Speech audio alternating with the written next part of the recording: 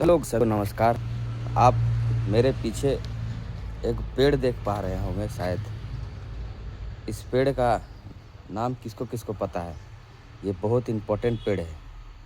सभी के घर में होना बहुत मुश्किल है, क्योंकि ये सरकार की बैंड लगा बस। तो किनको किनको पता है इस फल का नाम? দেখো সবাই চাষ করে, তাও চাষ করার পরেও এই জিনিসটা জানকারি কি আছে তাদের? সেটার জন্যই একটু বানা দেখি কি কে কে জানে এই গাছটার নাম। দেখতে পাচ্ছ, গাছ দেখো। আর এটাই 800 টাকা কিলো দোকানে পাওয়া যায় যখন এটা হয়ে যাবে। কে কে জানো গাছটার নাম कमेंटे बोलियो। देख रहे हैं, सॉलिड गाछ लगा है। हम्म। तो जिनको जिनको पता है बताइए किस चीज़ का पेड़ है, इस पेड़ का नाम।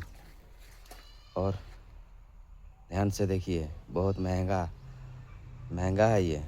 जब होता है ना फल, इस तरह का जिसमें फल होगा, इसमें अलग ही मज़ा है।